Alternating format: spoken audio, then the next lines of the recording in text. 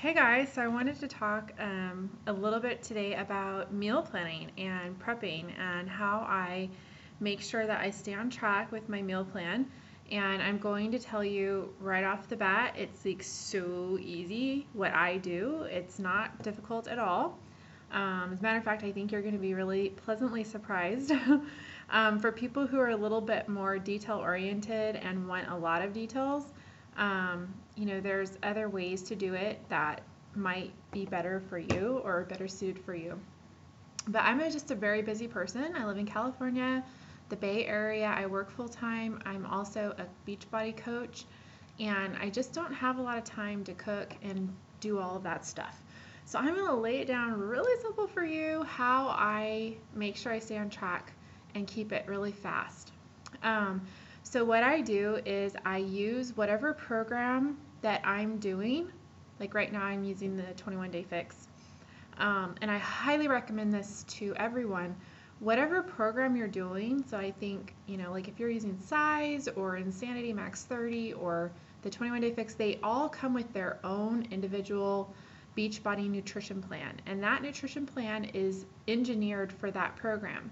So it's really awesome that Beachbody does that. It's not just fitness, it's also nutrition as well because they want us to get the best results possible. So what I recommend is number one, read the nutrition plan.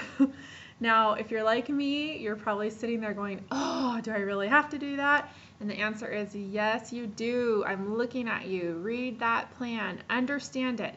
And the reason is because when we watch these awesome infomercials or see people who have lost a ton of weight with Beachbody programs, it's like, oh my God, they had such amazing results. I want results like that. Well, we can't expect those types of results if we're not following the plan the way it's designed. It's kind of like if you were to take this cake box and, it's like makes a gorgeous, beautiful, moist, fluffy cake when you do it the way it's designed, but maybe one day you decide, today I don't think I'm going to use the eggs, or today I think I'm going to leave out the oil. You're not going to end up with the same product that's advertised, right? It makes sense. So follow the recipes that we have for you. Okay, so what I do is I sit down with my plan, my booklet. So for me, the 21 Day Fix, and I'm not the type of person that likes to follow recipes. I kind of like to do my own thing, whatever like strikes my fancy. And so for me, what works is having my refrigerator stocked with the types of foods that are okay for my plan. So for instance, no processed foods, no sugar, get rid of all the boxed stuff. And when you look at my refrigerator, literally you'll see vegetables, fruits, meat, and that's about it. Some almond milk for my Shakeology. Okay, it's simple, basic stuff. But when I do that and when I make sure that I shop well, and I think that's really like the cornerstone and the basic foundation of meal planning is making sure that you're buying the right things. If I go to the store and I buy a bunch of crap, intending to follow my plan, but I have all this crap on the side, it's so easy to get distracted and to let temptation override your better judgment, and then you're pulling the crap out of the refrigerator. If you don't buy it, you can't eat it. All right, so that's number one. Number two is get your plan out and figure out, okay, this week, this is what I need to follow my plan. So for me, I'm following the 21 Day Fix. It's a great balance of vegetables to protein to fats, right? So I'm going to buy some avocados. I'm going to make sure that my coconut oil is on stash. I have some, the olive oils and just all of the things that go into that plan, some whole grains. And I make sure that I have those things on stock. A little money saving tip for the whole grains and the things that don't expire, I like to buy those on Amazon. I get all organic whole grains on Amazon and I pay a lot less than I do if I were to go to Safeway. Or you could go to Costco. Costco's a good option as well to save money. So have all of those things ready, right? And then I do my shopping on Saturday. And then Sunday, what I do is I'll take an hour or two on Sunday, and yes, that's time out of my day off, but trust me, it will save an enormous amount of time over the week when you plan on Sunday. Two reasons actually. All right, so to plan on to meal prep on Sunday is because when you're meal prep on Sunday, you have everything ready to go. When I'm on the way home from work and it's 5 o'clock and I'm sitting in commute traffic and my stomach is grumbling because it's really hungry, the temptation to go out is super high. If I know that I have everything ready at home, all I have to do is heat it up, the temptation goes down. So you're going to save yourself a lot of temptation factor by prepping on one day a week and making sure that you have this ready to go.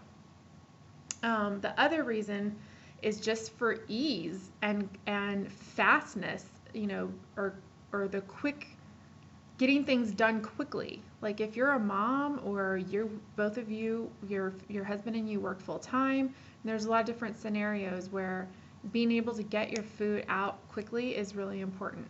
So what I'll do is on Sunday is I'll make a big pot of quinoa or brown rice so that I have my grain ready to go, because I don't, why cook grain over and over and over again when you can make a big pot? And then what I like to do is repurpose it. So I might have it plain one day with an entree like chicken, and then the next day I might make a quinoa salad, right? Or like with rice, I'll put it into a burrito. I mean, there's a lot of different things that you can do with the food so that you don't get bored. I'll make up my chicken. I used to cook it all on Sunday, but I don't like to really do that anymore because the microwave just tends to rubberize my chicken and it's really kind of gross. So what I do now is I'll prepare the meat. I'll trim it. I'll make sure that, I've got it ready to go. It's cut up in the way I like it.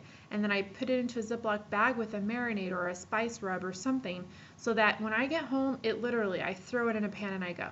With my vegetables, I chop up my vegetables, I wash them, I make sure that they're ready to go as well. Having your vegetables prepared saves a lot of time. I mean, think about how much time in the kitchen is saved when you're chopping up a ton of vegetables to go into a stir fry or whatever dish you're making. If that's already ready to go, it takes a lot of that prep work out. So that's how I prep my meals. I know it sounds really simple, and it really is. Other ways work for other people, but that's what works for me. Now, as far as tracking, every plan comes with a tracking system. Like I'm on the 21 Day Fix, and in the back of the 21 Day Fix book, there's a way that you can track your intake of food in your containers. For me, I prefer to do it my own way. And this is so simple. I'm going to show you, and I'll post the picture of this with this video so that you can see the picture, because it probably won't show up really great on the video. But I have a note on my phone. I don't know if you can see it. And try to get the glare off. Okay, so there's this note on my phone, and what I have, and you can't see it. Okay. Well, what I have is on the left-hand side are the container colors and the goal that I have each day. So for me, it's like 4 reds a day, right? So it'll be like red and then 4. And I know that's my goal for my reds. And then as the day progresses, on the right side of the goal, I'll put what I've actually eaten. So, okay, I have my Shakeology, that's 1 red. I'll put a 1 there. Then when I have a lunch and I have a salad, okay, I had another red, and I'll change the 1 to a 2. So that makes sense. So that's how I track my calories, or my containers. And then at the end of the day, what I want is on this right side, get this in there, on the right side, I want the numbers to match the side on the left. That's the way I do it. Again, I'll post a video, or I'll post a picture of this in the page so that you can see how I track it. Or you can use any number of ways. You could use a food diary, a food journal. There's a lot of people use the actual 21 Day Fix container charts. You can copy those off. You can find them online. Some people just prefer to use Lose It app. Really, any way works as long as you make sure you do it. That's the biggest thing.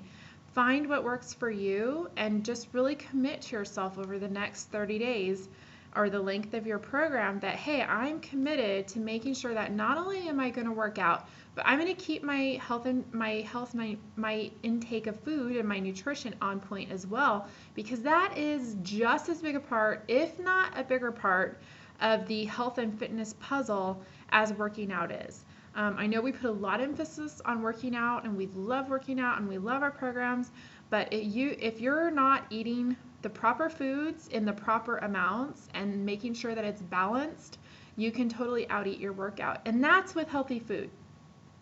All right, I don't care if all you eat is yams and quinoa and lean chicken and all of that stuff. You can still gain weight eating that way if your portions are out of whack and the balance of intake is off, if it's off balance. So just make sure that you commit to it, read your nutrition guide, and figure out what way works best for you for tracking. And again, I highly recommend preparing your meals ahead of time. It will save you so much time. It might be an hour or two out of your Sunday, but it will save you hours during the week. It'll save you hours during the week, and it will save you that temptation of hitting the fast food joint on the way home. And that's a huge thing, all right? So I'm excited about this group. I'm excited to see what everyone accomplishes. You guys just stay strong, and let's do this.